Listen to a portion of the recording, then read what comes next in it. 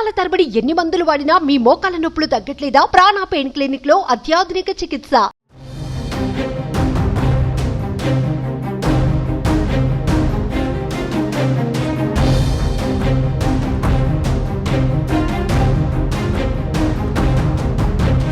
మధ్యకాలంలో మీరు జరుగుతున్న మొన్న ముచ్చుమర్రి ఇష్యూ మరి అందరికీ తెలుసు. నంద్యాల జిల్లాలోని ముచ్చుమర్రిలోని ఒక చిన్న పాప 9 years బేబీ అమ్మాయి అత్యాచారానికి గురయ్యి అమ్మాయి హత్యకి గురయ్యింది. ఇప్పటికీ కూడా అంటే బాడీ కూడా ట్రేస్ అవుట్ అయ్యే పరిస్థితి కూడా కనిపించలేదు.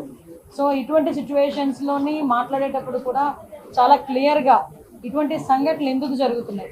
ఇది ఒక ఎత్తు అయితే నిన్ననే మనం చూసాం ఒక 6 నెలల పసికంది నిజంగా వాడిని రాక్షసుడనాలో వాడిని ఏమనాలో కూడా అర్థం కాని పరిస్థితి ఉంది.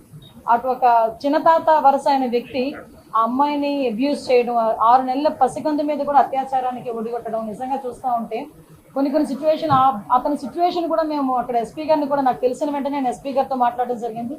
ఎస్పీ గారు చెప్పడం కూడా ఏంటంటే కంప్లీట్గా తాగిన మైకంలో, ఎంత తాగాడంటే ఈవెన్ పోలీస్ స్టేషన్కి తీసుకొచ్చిన తర్వాత కూడా అతనికి తెలివి రాలేదు. అప్పటికి కూడా అదే మైకంలో ఉన్నాడు.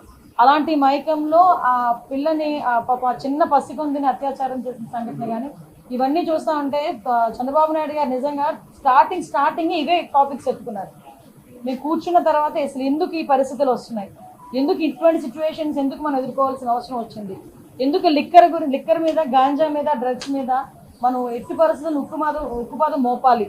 ఈ గంజాయి మత్తులోని కానీ, డ్రగ్స్ మత్తులోని కానీ, ఈ మద్యం మత్తులోని కానీ వీళ్ళు చేసిన అరాచకాలు చూస్తూ ఉంటే ఎక్కడో ఒకటి వీళ్ళకి ఫుడ్ స్టాప్ పడాలి అనే ఉద్దేశంతో ఎస్పెషల్లీ ఈ 2 కేసుల విషయంలో మనకి విజయనగరం జిల్లాలోని రామభద్రాపురం మండలం జీడికి వలసలోని జరిగిన 5 నెలల పసికందు మీద జరిగిన అత్యాచారం కానీ, ఇప్పుడు ఈ మచ్చుమరిలోని అమ్మాయి హత్య విషయంలోని కానీ చాలా చాలా సీరియస్గా స్పందించి గౌరవ ముఖ్యమంత్రి గారు ఈ 2 ఇష్యూస్కి కూడా ఒక స్పెషల్ కోర్టును కూడా ఇమీడియట్గా ఏర్పాటు చేసి ఆ స్పెషల్ కోర్టు ద్వారా అతి తొందరగా నిందితులు ఎవరైతే ఉన్నారో వాళ్ళకి శిక్ష పడే విధంగా చేయడానికి ఆదేశాలు కూడా జారీ చేయడం జరిగింది.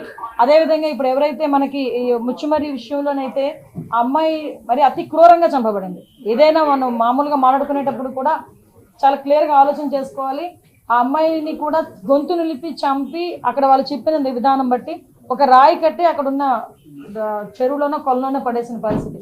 సో అటువంటి సిచ్యువేషన్లో అమ్మాయి బాడీ కూడా ట్రేస్ అవుట్ అవ్వలేదు. ఎన్డీఆర్ఎఫ్ బృందాలు ఇంచుమించుగా చాలా ఎక్కువగా మేమందరం కూడా పంపించడం జరిగింది. ప్రతిరోజు కూడా కంపల్సరీగా చంద్రబాబు నాయుడు గారు దీని గురించి మానిటర్ చేస్తున్నారు. మమ్మల్ని ప్రతిరోజు అడుగుతున్నారు ఎంతవరకు వచ్చింది, రిపోర్ట్ ఏంటని అడుగుతున్నారు.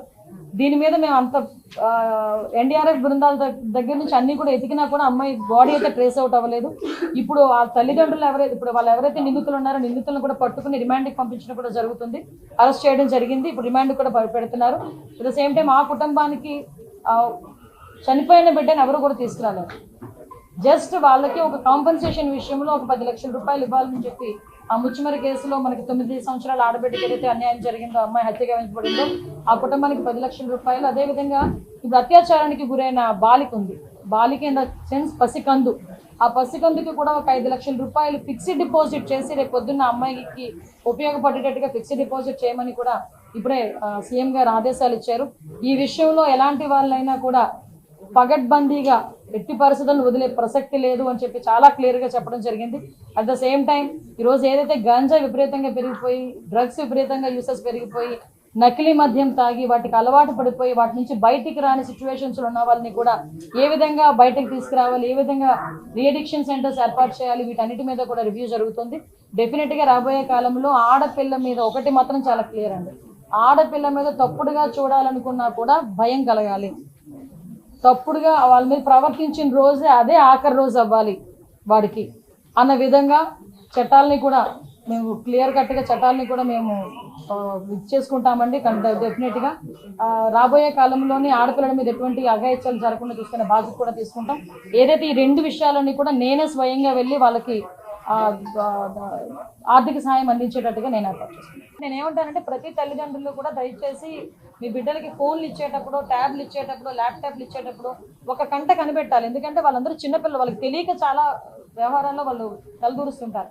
అటువంటి సందర్భంలో వాళ్ళకి తెలియకుండానే కొన్ని తప్పులు కూడా జరుగుతుంటాయి. ఇప్పుడు మైనర్లు, గట్టిగా మాట్లాడుతూ మైనర్లు, వాళ్ళు 12 సంవత్సరాలు, 14 సంవత్సరాలు, 15 సంవత్సరాల పిల్లలు వాళ్ళు ఇప్పుడు ఈ ఇన్సిడెంట్లో వాళ్ళ జీవితం అంతా నాశనం అయిపోయింది. మొత్తం జీవితం అంతా నాశనం అయిపోయినట్టు. ఈరోజు ఆ బిడ్డను కూడా తిరిగి తీసుకురాలి.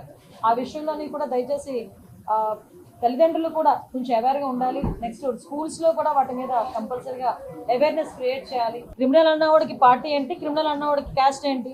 క్రిమినల్ ఇస్ క్రిమినల్ అంతే. క్రిమినల్కి శిక్ష పడాలి, ఆ శిక్ష పడేటట్టుగా చేసుకోవాలి అంతే. అంతకుమించి ఇందులోని బైరెడ్డి వాళ్ళు ఉన్నారు, ఆరెడ్డి వాళ్ళు ఉన్నారు అని అంతా మనకు అనవసరం. తప్పు చేశాడు, శిక్ష పడాలి అంతే. ఆ శిక్ష కూడా ఎప్పుడో పడవడం కాదు, ఇమీడియట్గా పడాలి. ఆ శిక్ష కూడా యాజ్ ఎల్ యాజ్ పాసిబుల్ పడాలి. ఆ శిక్షను చూసైనా మత్తులో ఉన్నవాడికి కూడా అరే నేను ఈ తప్పు చేస్తే నాకు ఈ శిక్ష పడుతుంది అన్న ఆలోచన రావాలి. అలాంటి శిక్షలు పడాలి. అది మేము కోరుకునేది.